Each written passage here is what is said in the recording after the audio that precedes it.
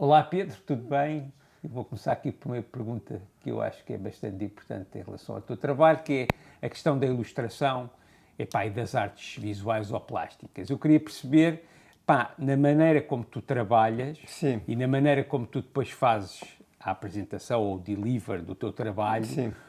como é que tu vês isso tudo? Porque tu fazes ambas as coisas. Eu faço ambas as coisas e faço ainda muito mais outras coisas, não é? Isto é, eu acho que, sobretudo, tenho um trabalho literário que é reconhecido hoje em dia por críticos e escritores, eu não sei o que, como bastante importante. Portanto, essas coisas estão ligadas e há sempre uma ligação. Quando se fala de ilustração e na história da arte como ilustração, é normalmente a questão de haver uma ligação à literatura que foi amaldiçoada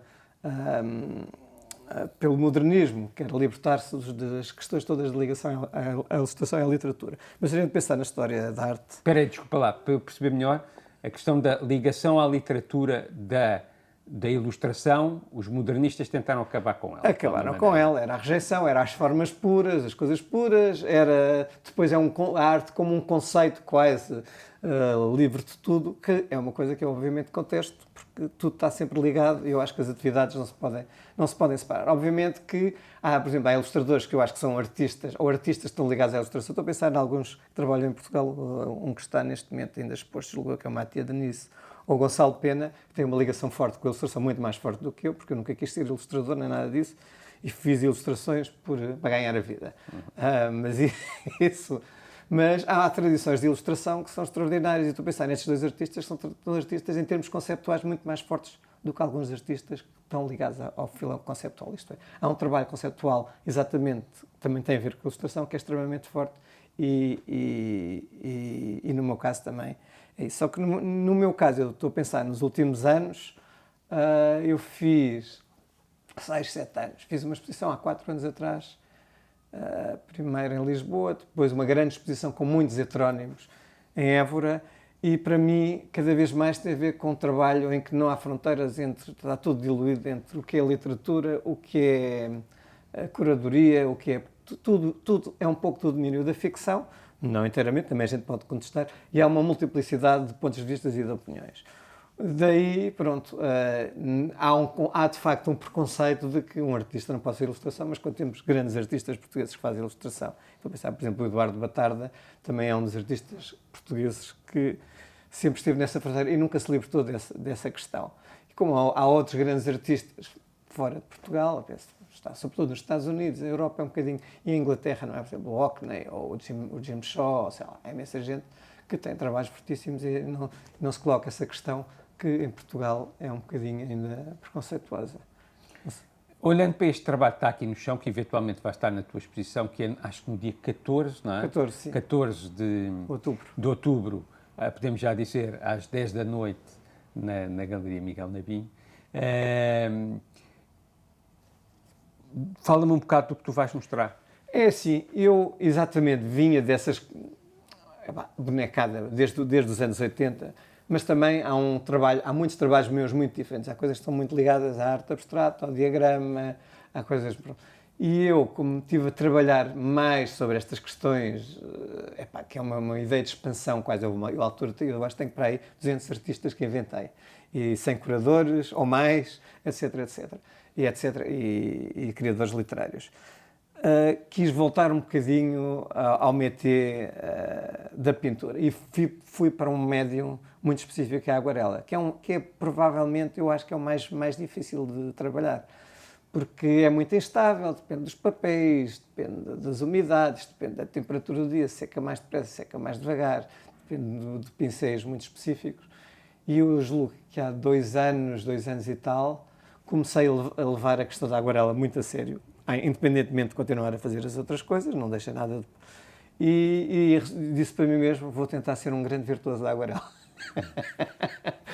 Que se calhar é um programa, não sei se é idiota ou não, mas apeteceu-me dominar o meio nas suas várias... E estive a trabalhar muito, por um lado, em coisas que para mim me foram surpreendendo. Pronto, há coisas que têm a ver com o meu desenho a preto e branco e que são quase transcrições natureza morta, de coisas mais fantásticas, dos grotescos, que é uma tradição também um bocado mal vista na arte, a decoração, etc, etc. Mas primeiro fiz, por exemplo, uma série de naturezas mortas ou de figuras mais fantásticas e depois nos últimos expus umas coisas desse género o ano passado, como uma novidade, ainda há um ano passado, foi em janeiro, portanto não foi o ano passado, foi no princípio deste ano. Mas entretanto começaram a ser coisas mais até quase gestuais, que quase têm a ver com um ornamento árabe que sai do pincel, e que aliás neste desenho que se vê um bocadinho, são formas que são muito ondulantes e que é um mundo entre o figurativo mais cru e abstrato. Isto figurativo, por outro lado, houve uma coisa que para mim também foi uma novidade, que foi de repente começar a desenhar quase à après nature, plantinhas, flores, cactos, bom, foi sobretudo formas vegetais. Portanto, este mundo vegetal e o interesse pela ilustração científica, mais uma vez a ilustração, e que são um mundo de imagens, um repertório de imagens mais rico, que eu acho, de repente surge aqui de uma forma quase como se fosse uma pulsão natural e com uma execução que é muito complexa, porque fazer a aguarela em pequeno já é difícil, fazer a aguarela em grande, meu amigo, não é para todos. E tu estavas a dizer, querias ser um virtuoso. O que é ser um virtuoso? Um virtuoso é ser... Ou um virtuoso da pintura, ou um virtuoso do desenho? O que é ser um virtuoso? Sim, ou de outra coisa. É estar muito à vontade, é fazer o que lhe apetece. É conseguir fazer o que nos Não é andar ali... porque as coisas denunciam-se. Tu, quando és um artista average e fazes umas coisas, tu vês uma pintura... Eu, como pintor, não é? Se calhar os colecionadores não veem isso, assim, mas como artista, tu vês... o gajo pinta bem, está à vontade no médio, é mais nesse sentido, não é? Um virtuoso, sempre dominar bem um meio. Que é género, olhas para o Rembrandt e aquilo é do caraças, para quem percebe pintura a óleo. Quem não percebe pintura a óleo, isto é giro, ou não sei o quê. Ou outras, portanto, é esta ideia. E no meu sentido, o virtuoso tem uma outra componente, tem uma componente de facilidade e de rapidez. Isto é, as coisas acontecem com a maior espontaneidade possível. Um bocadinho como na pintura zen, não é? Dominas o meio, a história do Hokusai, passou a vida inteira a desenhar e depois chega ao fim da vida e de repente as coisas saem quase como se fossem hipernaturais, como se fosse um elemento natural e como se tivesse essa ginástica. Portanto, para mim, eu sempre foi uma coisa, o meu amigo Manuel João costumava dizer que eu dizia isso, que é fazer a mão. A pessoa tem que fazer a mão, tem que trabalhar, tem que fazer muitos desenhos, tem que fazer muitas coisas para chegares a uma competência técnica em que as coisas depois saem e isso é o que me interessa. Sim. E tu chegaste lá? Eu acho que sim, mas eu acho que quero ir mais longe, como é lógico. Chegamos a uma coisa, mas...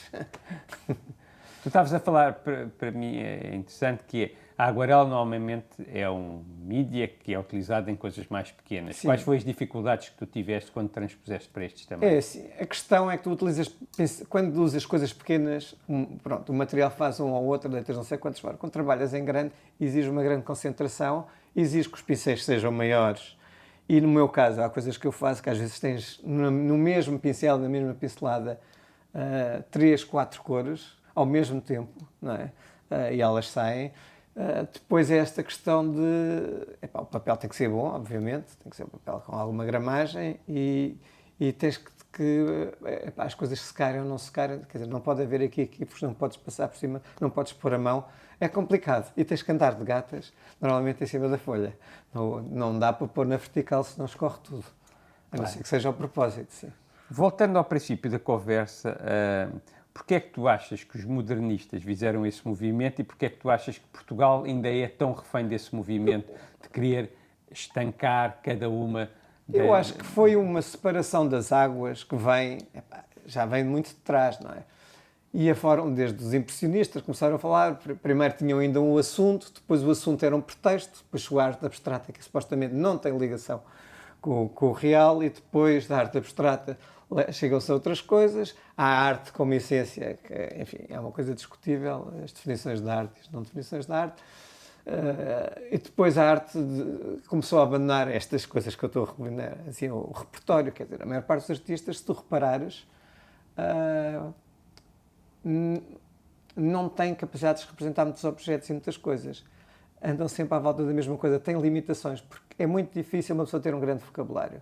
Uma das minhas preocupações é ter algum vocabulário. Os ilustradores, mesmo os ilustradores, quando a gente fala, têm um vocabulário reduzido. Portanto, perceber que coisas é que há no mundo e que podem ser usadas aqui, e depois há outras que não há no mundo, que é o caso que a gente introduz no mundo como imagens, que eu digo que pode ter a ver com gestos, pode ter a ver com e para mim isso é uma espécie de espaço paradisíaco entre... Qual é que é o espaço paradisíaco? Entre a abstração e entre a essência da arte, a abstração, a tradição moderna, porque está aqui, a tradição moderna está aqui, as questões da cor, as questões da forma, as questões da composição, as questões da libertação das referências, mas ao mesmo tempo também, alguém diz, isto cá tem qualquer coisa a ver com a ilustração científica do século XVIII ou XVII. Mas não é. Tem a ver também com coisas que podem ter a ver com a pop art e com as coisas da pop art, ou com coisas de post-painterly abstraction, ou de questões mesmo. E tudo isso está a ver, mas se calhar sempre existiu, só que aqui de uma forma de consciência. Eu acho que desde sempre, não é? Eu tive uma formação formalista, que em Portugal não é muito comum, porque tive alguns professores que tinham aquelas coisas formalistas e nas Belas Artes não se aprendia, porque não se aprendia absolutamente nada. Mas essa educação formalista foi aonde? Foi na Sociedade Nacional de Belas Artes, com o professor Sá Nogueira, etc. Antes ou depois de ter feito? Antes de ter feito as Belas Artes, sim. Antes de ter feito as Belas Artes, já ia com certo cabedal. Estavas a criar mal. Já sabia como é que eram os contrastes de cor. Sim, já sabia o que eram os contrastes de cor, o que é que as formas eram, como é que se jogavam, eu sou muito sistemático em termos de método, de fazer catálogos de formas. Tenho pilhas de desenhos desde 1983 que é uma ginástica quase de que tipos de formas é que há, como é que se combinam, como é que não se combinam. Nunca mostrei, mas pronto, um dia há de ser. E tudo isso depois volta. Para mim, tudo isto é uma arte combinatória que não é muito diferente também da questão literária, que também é uma arte combinatória. Pronto. Então, agora, para finalizar, diz-me o que é que nós vamos ver na exposição no dia 14. Eu julgo que serão estas imagens paradisíacas, entre aspas, não é? Eu espero que têm a ver exatamente com o lado somático, gestual, porque o gesto está aqui, não é um gesto estilo gestualismo, é um gesto controlado, às vezes, eu diria, é um tenso relaxado. Isso é uma conversa. É um tenso relaxado. Eu tive há muitos anos com o João Queiroz, que é a questão exatamente do gesto, e até que ponto é que está lá o gesto, e os artistas também parecem ter vergonha. Não, isso está fora. Tem horror ao gesto. Tem horror, no fundo, tem-se um bocado de horror ao corpo. Claro. Eu sou um homem muito físico e acho que o meu corpo está muito presente nisto. E isto são formas de exploração, uma arte combinatória, mas também ela adquire-se também olhando para outras coisas, exercitando, por exemplo, nas formas naturais, na cópia, no não sei quê, na combinatória pura, e depois chega-se aqui e é o que... Agora, está entre o gesto do teu corpo e a observação da realidade. Como tudo. Como todas as obras de arte. Eu não estou muito preocupado com a gestualidade. Nunca fiz este discurso, tentam desaparecer... tentam que o gesto desapareça o mais possível, e outros que tentam carregar o gesto de todas as uma coisa, não é aquela cena expressionista de atirar e não sei o quê, ou de fazer. Sim. Não, é mesmo uma coisa que exige uma delicadeza e uma precisão muito grande, percebes? E aí é que eu digo, é o gesto, porque isto não há estudos prévios, não há nada, é chegar aqui e é o que sai, percebes? É um bocadinho assim. Pronto, então, olha, Pedro, nós não nos vemos dia 14, vamos ver várias vezes antes do dia 14. Claro. Mas é dia 14, às 10 da noite, na Galeria Miguel Nabinho, em Lisboa, em Campo de Ourique. Apareçam todos, porque é uma grande exposição do Pedro. I hope so. I'm sure.